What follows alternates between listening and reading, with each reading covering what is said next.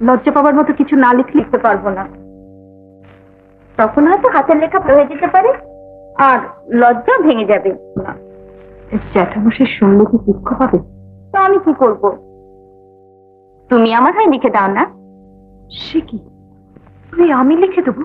কেন নয়, আমাদের গ্রামে লেখাপড়া জানে না এমন অনেক মেয়ের স্বামীর চিঠি পড়ে আমি উত্তর লিখে দিয়েছি।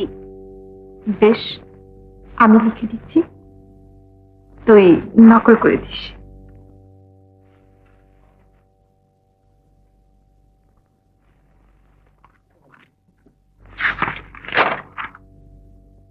জানি না কি বলে তোমায় সম্বোধন করব।